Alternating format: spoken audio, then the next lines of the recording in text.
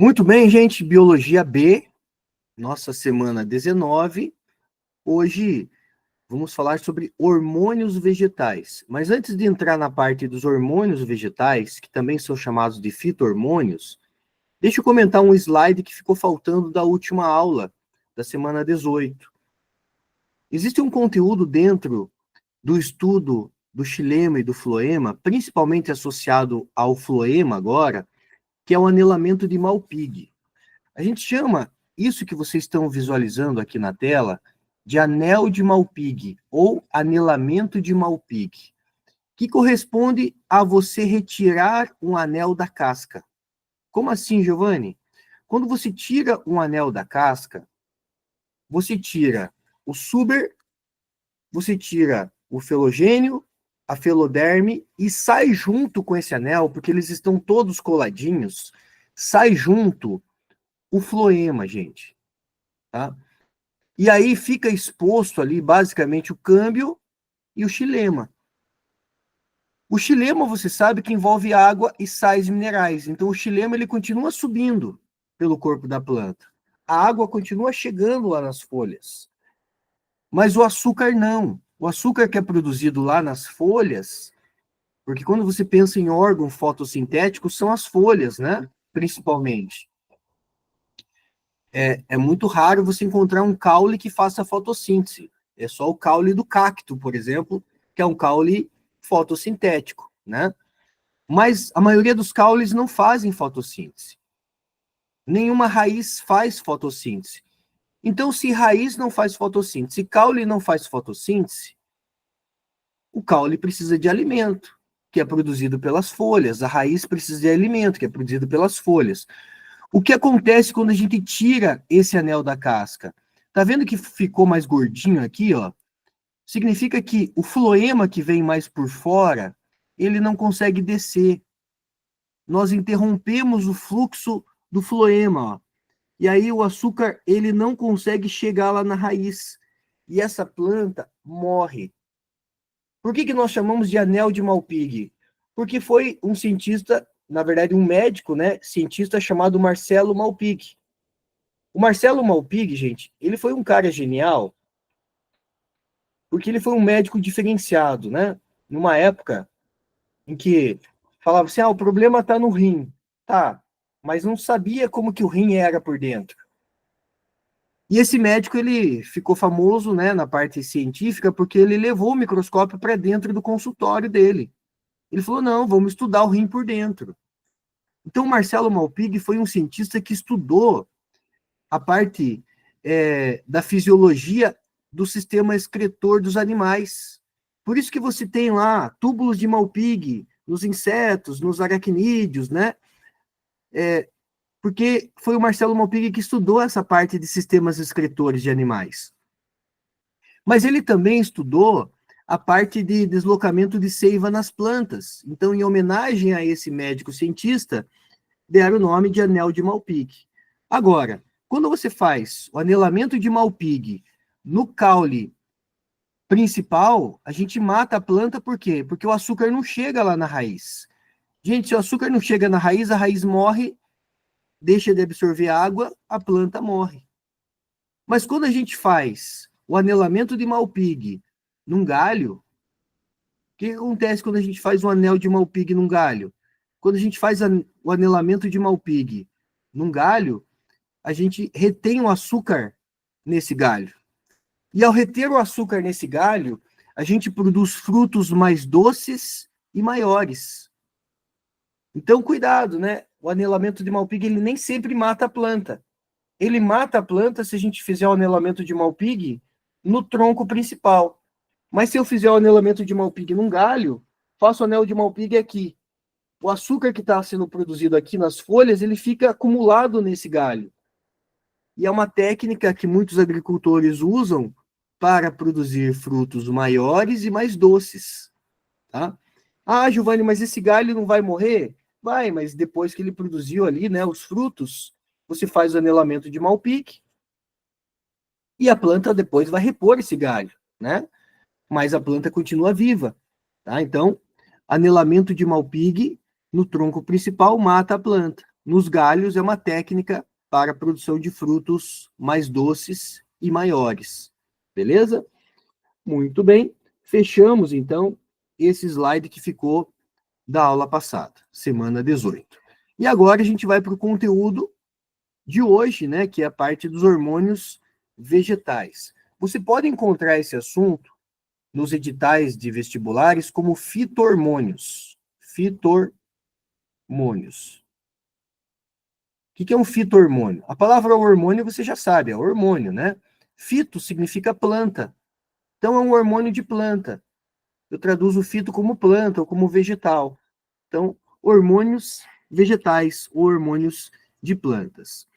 O principal hormônio, o mais importante, o que mais cai no vestibular é a auxina, abreviado como AIA. O que é o AIA? Ácido indol acético, tá? Achei que tinha colocado ali, mas não coloquei. Então, é ácido indol acético. Tem vários tipos de auxina. O ácido indol acético é o mais famoso, mas você tem, por exemplo, o AIB, que é ácido indol butírico. Um detalhe, tá, gente? O AIA, ele aparece na história, lá na Guerra do Vietnã, quando você tem lá o famoso agente laranja. O agente laranja, ele causava desfoliação das árvores, a desfoliação da floresta, para que quem estava sobrevoando aquela floresta, ali durante a Guerra do Vietnã, pudesse visualizar onde os soldados estavam e jogar a bomba e descer para poder atacar aqueles soldados lá, tá? Então você tem aí o AIA, o ácido indol acético, indol butírico, fazendo parte do agente laranja lá na Guerra do Vietnã. Olha só que interessante. Só que olha só, quando você tem uma folha, então imagine aqui uma folha de uma planta, essa folha, ela só cai, a gente chama de abscisão foliar, tá? Abscisão foliar. O que é abscisão foliar? É a queda da folha, tá? Quando essa folha cai. Para uma folha cair, e a gente pode falar aqui, por exemplo, da floresta temperada ali no Canadá, Estados Unidos, Canadá, onde no outono e inverno as folhas caem, né? Meio que simultaneamente essas folhas caem na mesma época. Essa abscisão foliar, ela acontece por dois motivos. Primeiro, diminui a concentração de auxina. Segundo, aumenta a concentração do etileno. O etileno é o hormônio, gente, do envelhecimento. O etileno é um hormônio gasoso. Então pensa comigo. Vocês já vão entender onde eu vou chegar aqui. O AIA, a auxina, quando ela está em alta concentração na folha, a folha não cai. A folha só cai quando diminui a auxina e aumenta o etileno. Aí essa folha cai, tá? Vocês vão aprender isso dessa forma. Mas aí a minha preocupação é, se a auxina fez parte do agente laranja, como que a auxina causa desfoliação? Se você aprendeu que a auxina ela só leva à desfoliação, ela só leva à abscisão foliar quando ela diminui a concentração na folha. Vamos lá, o agente laranja não era só a auxina era um dos ingredientes do agente laranja. E ali você também tinha uma concentração tão elevada, mas tão elevada de auxina, que todo veneno depende da dose, gente. Então, a auxina em alta concentração na folha mantém essa folha na planta. Mas quando você tem doses cavalares de auxina, como aconteceu no agente laranja, isso leva a auxina como uma toxina. Então ela passa a não ser só um hormônio, ela passa a ser uma toxina, levando ao processo de desfoliação. Beleza? Então só repetindo. O que causa abscisão foliar de maneira natural, né? floresta temperada, as folhas caem. O que causa a abscisão, a queda foliar? A diminuição da auxina e aumento do etileno. As folhas caem.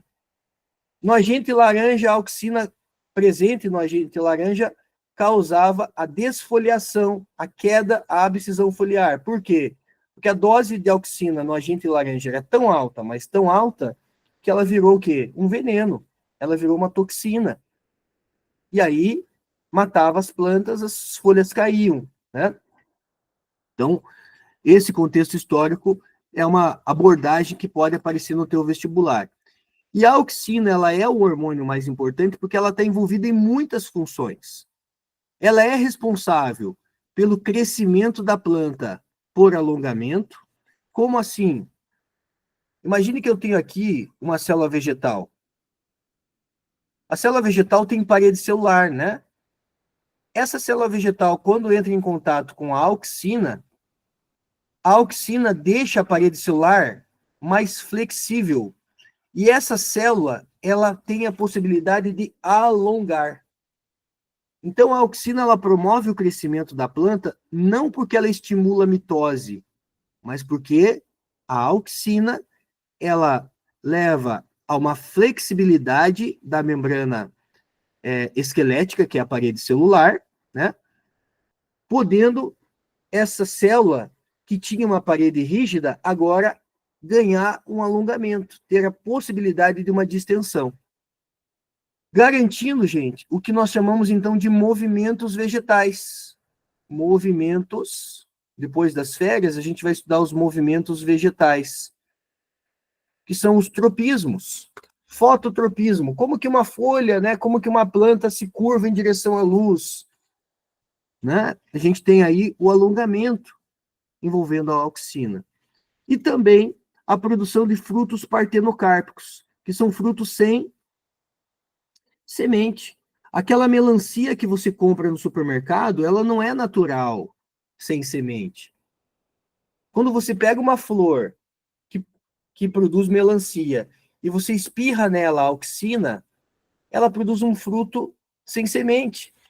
A palavra cárpico significa fruto. Vem de carpos, né, que significa fruto. Parteno significa virgem. O que é um fruto virgem? É um fruto que não teve fecundação. Mas a auxina engana a flor. A flor acha que teve fecundação e ela desenvolve.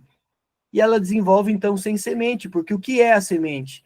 A semente é o óvulo que teve o gameta feminino fecundado, a oosfera fecundada. E esse óvulo, ele se desenvolve em semente quando tem presença de auxina. Esse ovário, perdão, né? O ovário que vai dar origem ao fruto, dentro do ovário tem o óvulo. Esse ovário origina o fruto, o óvulo origina a semente. Quando tem auxina no ovário, o ovário entende que tem um embrião desenvolvendo. E aí ele dá origem ao fruto. Quando a gente pulveriza a flor com auxina, a gente está enganando a planta. O ovário entende que a presença de auxina, teve uma fecundação, então vou me desenvolver num fruto. Mas não teve fecundação. É um fruto virgem, um fruto partenocárpico, tá? Um gráfico importante, eu vou fechar com vocês aqui nessa parte do gráfico, né? Porque esse gráfico aqui é bem importante que vocês entendam ele.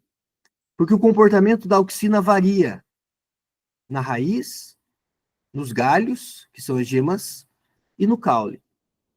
Como que eu leio esse gráfico? Da linha pontilhada para baixo, você lê como inibição. Da linha pontilhada para cima, está sendo estimulado o crescimento da raiz, da gema, que são os galhos, e do caule. Veja que a raiz cresce com uma baixa concentração de auxina. Ó. Os galhos crescem com uma média concentração de auxina. E o caule cresce com uma alta concentração de auxina. Então, o caule, ele cresce quando tem muita auxina. Os galhos crescem quando tem média quantidade de auxina. A raiz cresce quando tem baixa concentração de auxina. Como que isso é possível? Isso é possível por conta disso aqui, ó. A auxina, ela é produzida na gema apical do caule.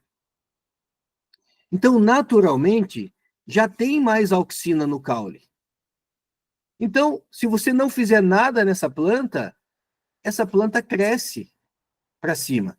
Ela continua crescendo. Por quê? Na gema apical tem muita auxina. Auxina são esses pontinhos vermelhos que eu coloquei aqui, ó, tá? Então aqui tem muita auxina. O que acontece com esse caule? Ele continua crescendo. E se eu fizer a poda? E se eu cortar essa região? Quando você faz a poda, a concentração de auxina diminui. Se a concentração de auxina diminui, agora ela já não é mais uma concentração que estimula o crescimento do caule. Ela passa a ser uma concentração que estimula o crescimento dos galhos. Então, aquelas gemas que estavam inibidas aqui, ó, elas passam a desenvolver galhos, ó. Então, imagine que você ganha uma muda de um pé de laranja. Mas você não quer que essa árvore cresça muito. Quando o pé de laranja atinge uma altura que você acha que já está bom, você começa a fazer poda. Duas coisas vão acontecer. Ela vai estabilizar o crescimento e ela vai desenvolver mais galho. A explicação está nesse gráfico aqui. Quando você faz a poda, você quebra a dominância apical, diminuindo a concentração de auxina para uma concentração mais baixa. E essa concentração mais baixa estimula o crescimento dos galhos, o desenvolvimento das gemas laterais. Então, o agricultor ele não quer ter um pé de laranja gigante para ele ter que subir na escada para pegar essa laranja. Ele quer pegar essa laranja ao alcance das mãos, né? Para fazer a colheita é muito mais fácil. Então, quando a planta atinge uma altura que eu acho que já está bom, eu começo a fazer a poda. Essa poda a gente chama de quebra da dominância apical. E por que na raiz tem menos auxina? Na raiz tem menos auxina, gente, porque a auxina ela é produzida na gema apical. Então, naturalmente, tem mais auxina no ápice do caule. E esse transporte ele é polar, ou seja, ele é de cima para baixo. Ó. Tem naturalmente mais auxina no caule. Enquanto você tiver muita auxina, as gemas laterais estão inibidas. A raiz recebe pouca auxina, mas a raiz cresce por quê? Porque a raiz cresce com pouca auxina mesmo. Né? Então, olha que interessante, né? Esse gráfico, é importante você saber fazer a leitura dele. Uma baixa concentração de auxina estimula o crescimento da raiz, uma média concentração de auxina estimula o crescimento dos galhos, que são as gemas laterais, e uma alta concentração estimula o crescimento do caule. A fabricação de bonsai envolve conhecimento de poda. A pessoa que produz um bonsai, ele sabe exatamente os pontos-chave que ele tem que fazer a poda. Tem uma amarração também com arame que você faz na planta, mas tem também esse conhecimento hormonal, né? De saber exatamente onde fazer a poda para a planta parar de crescer e virar uma planta nanica, né? Que é o bonsai nada mais é do que uma planta anã. Uma planta que foi inibido o seu crescimento. Então a gente chama isso aqui de quebra da dominância apical. Então veja, eu não falei tudo da auxina para vocês ainda hoje, né? Mas já deu para perceber que ela é um hormônio muito importante. Ela é importante.